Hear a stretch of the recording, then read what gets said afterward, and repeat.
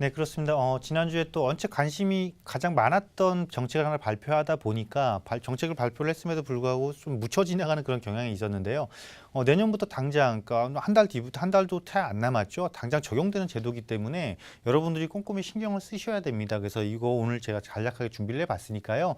내용을 한번 살펴보시고 혹시 내가 이런 조건에 해당이 된다라면은 서둘러서 조금 움직임을 조금 빨리 움직임을 해서 조금 더 손실을 방지하는 이런 것도 대비를 하신다면 좋지 않을까 생각을 합니다.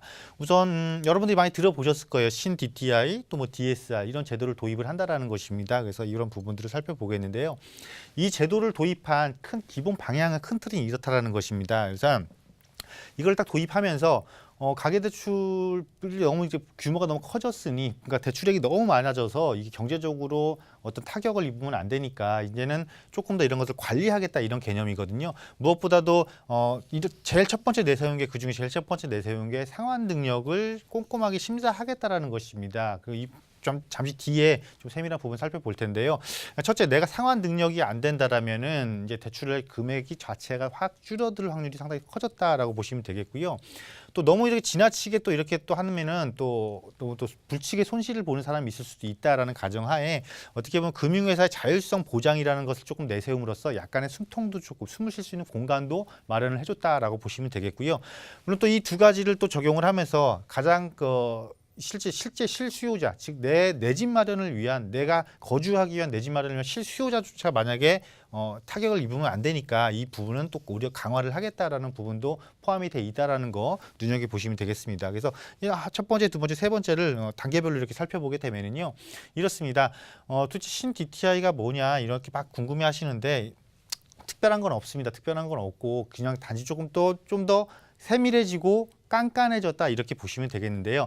현재 우리가 대출을 받을 때 은행에 가서 대출 상담을 하거나 그러실 때 보면 약간 입증이 안 되는 소득이 조금 있습니다 하더라도 은행에서 이것을 조금 이렇게 무마해주고 인정해주고 넘어가는 그 인정소득 금액이라는 게 있었거든요. 그런데 이제는 이런 인정소득이라든가 그러니까 약간 불확실성을 조금 가지고 있는 소득에 대해서는 그것도 기존처럼 인정은 해주되 오히려 이제는 그 인정을 해주면서 차감을 하겠다. 약간 예상으로는 한 10% 정도 기존 현재보다는 10% 정도 인정소득이 낮아진다 이렇게 보시면 되거든요. 그래서 아예 없어지는 건 아니고 조금 비율을 조금 낮추는 거니까 내가 예를 들어서 어떤 계획을 세울 때 기존 현재 방식 그대로 만약에 대출 금액을 예를 들어서 1억을 내가 예상을 했다라면 소득 대비를 조금 깐깐해졌기 때문에 이게 약간 10%에서 20% 하향된다 이런 개념을 조금 이해를 하시면 되겠습니다. 그러니까 대출이 이제 안 되는 거 아니야 이런 개념이 아니고 금액이 줄어들었다 이렇게 보시면 되겠고요. 자, 그다음에 부채 상정 방식은 이제는 우리가 조금 기존까지 항상 익숙했던 거죠. 예를 들어서 뭐 1년 거치, 뭐 3년 거치, 뭐 5년 거치, 특히나 주택을 마련을 함에 있어서는 3년 거치나 5년 거치가 대부분이었는데 이제는 거치 기간이 없어진 거죠. 근데 이거는 신 DTI를 도입하기 이전부터 이미 도입을 했죠. 작년부터 거치 없이 그냥 원리금 균등 상환 방식으로 전환을 했기 때문에 이건 사실적으로 시장에 큰 영향을 미칠 것 같지 않습니다. 단지 앞으로 이제 추가적으로 대출을 받으셔야 되는 분들은 반드시 원금 분할 상환을 해야 된다는 것을 꼭 유념하시면서 대출 계획을 수립을 하시면 되겠고요. 이제 서민과 실수요자 보호 방안은 뭐냐면 내가 어쩔 수 없이 2주택이 되는 경우가 있거든요. 어쩔 수 없이 2주택. 내가 일부러 투기를 위한 게 아니고 이사를 하기 위한 일시적 2주택, 즉 내 집이 판매가 안 돼서 처분이 안 됐기 때문에 일시적 2주택인 경우가 생기게 되는데 이런 경우에는 조금 더 예외를 두겠다라는 것이고 또 청년층이라든가 신혼부부들 같이 이제 사회 처음에 발을 디디거나 또 새로운 가정을 꾸리는 그런 세대에 대해서는 약간의 조금 이런 피해 방지를 위해서 보호 방안을 충분히 강구하겠다라는 것입니다. 그러니까 앞으로도 이런 것들은 계속해서 지속적으로 개선해 나가겠다라는 부분들이니까요. 유념해 보시면 되겠습니다. 자, 다음으로 이제 총체적 상환 능력의 DSR 도입인데요. 당장 신 DTI는 내년 1월부터 도입을 하는 거고요. 이 DSR은 이제 내년 8월부터 도입을 하겠다라는 거죠. 예정은 이제 내년 하반기에서 2019년 상반기에 도입할 예정이었는데 이것을 조금 앞당긴 거라고 보시면 되겠습니다. 그래서 좀 어렵게 생각하지 마시고요. 뭐 DSR 자꾸 이렇게 하니까 어렵게 생각을 하시는데 전혀 어렵게 생각하실 필요가 없고 내 모든 부채 지금까지는 예를 들어 부동산 담보대출이면 부동산 그 담보대출에 대해서만 받다라면 이제는 내가 가지고 있는 모든 대출, 예를 들어서 신용카드를 썼다. 그럼 그것도 대출 금액으로 포함이 되는 겁니다. 신용카드에서 예를 들어서 현금 서비스를 받았다. 아니면 은행에서 내가 갑자기 급하게 돈이 필요한 경우를 대비하기 위해서 마이너스 통장을 설정해 놨다. 그것도 이제 대출 모든 원리금으로 보겠다 이런 부분이니까요. 이런 부분들 내가 꼼꼼하게 체크를 해서 그런 예를 들어서 뭐 현금 서비스를 줄인다거나 아니면은 기존의 뭐 다른 대출들을 위해서 마이너스 대출을 일부러 설정해 놓은 것들을 없앤다거나 그렇게 되면은 이런 것들도 피해 나갈 수 있다라고 보시면 되겠습니다.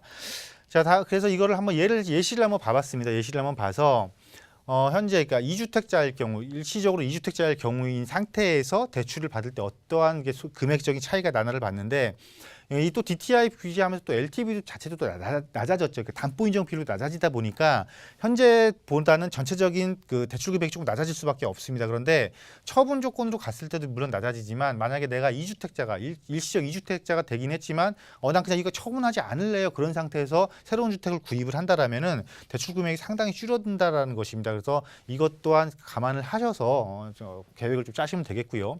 반면에 이제 아까 서민과 뭐 청년층 신혼부부들을 보호한다는 걸 강구하겠다라고 했잖아요. 그래서 그것이 무엇이냐면 이런 경우입니다. 예를 들어서 만 30세일 경우에 그러니까 나이가 어릴수록 이제는 이 대출 금액의 장래 소득을 반영하겠다는 거, 장래소득을 반영을 하기 때문에 지금 현재 대출 시스템으로는 장래소득이 반영이 안 되기 때문에 한 이 정도의 금액을 대출을 받을 수 있다라면 장래소득이 반영됐을 경우에는 오히려 대출 금액이 상당히 늘어나는, 즉 젊은 층들이 내 집 마련을 하면서 실수요자일 경우입니다. 이것도 그 경우에는 상당히 혜택이 돌아가게 해주겠다, 이러한 부분입니다. 그리고 마지막에 살펴볼 것이 아마 가장 많은 관심을 갖는 부분 중에 한 곳이 아닐까 생각이 되는데요. 임대업자, 부동산 임대 사업을 하시는 분들에 대한 여신 심사를 어떻게 할 것이냐 입니다. 그러면서 정부가 내세운 게 지금 RTI를 도입을 하겠다. 즉 내가 받는 연간 임대 소득을 총 상환해야 되는 이자 비용으로 나누겠다라는 것입니다. 나눠서 주택의 경우에는 이것이 이제 1.25고요.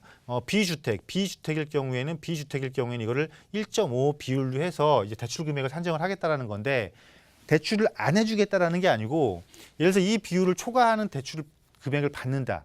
그러니까 일반적인, 그러니까 주택을 구입할 때 대출받는 비율하고 임대업이기 때문에 사업자로서 대출받는 금액하고는 LTV가 조금 적용되는 게 다르거든요. 그래서 대출 금액이 조금 커질 수밖에 없어요. 근데 이것을 낮추는 방안을 이제 강구를 한 거겠죠. 그래서 이 비율을 초과하는 금액에 있어서는 초과한 금액은 10년 동안 균등 상환시키겠다, 이 소리거든요. 그래서 예를 들어서 여기 예시까지 제시를 해줬습니다.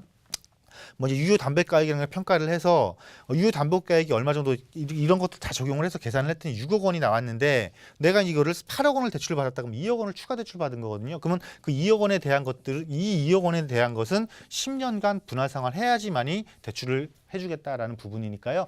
이러한 부분들 실제로 사업을 하시는 분들은 큰 그렇게 타격을 받을 수 있을 것 같지는 않아요. 물론 내 투자 금액이 조금 늘어나기 때문에 수익률 하락은 불가피하겠지만 이런 것들도 오히려 꼼꼼하게 잘 활용하신다라면 그렇게 나쁜 제도는 아니다라고 보여집니다. 그래서 정부에서 이렇게 정책을 발표를 하고 시장에 어떠한 그 제재를 조금 가하면은요, 이것이 무조건 나쁜 것이 아니라 오히려 잘 활용을 하면은 이 또한 내가 또 투명해지고 내가 또 명확한 임대 사업이라든가 내 집 마련할 수 있는 방안이 되는 것이니까요. 이런 부분도 꼼꼼히 체크하셔서 잘 활용하시기를 바라겠습니다.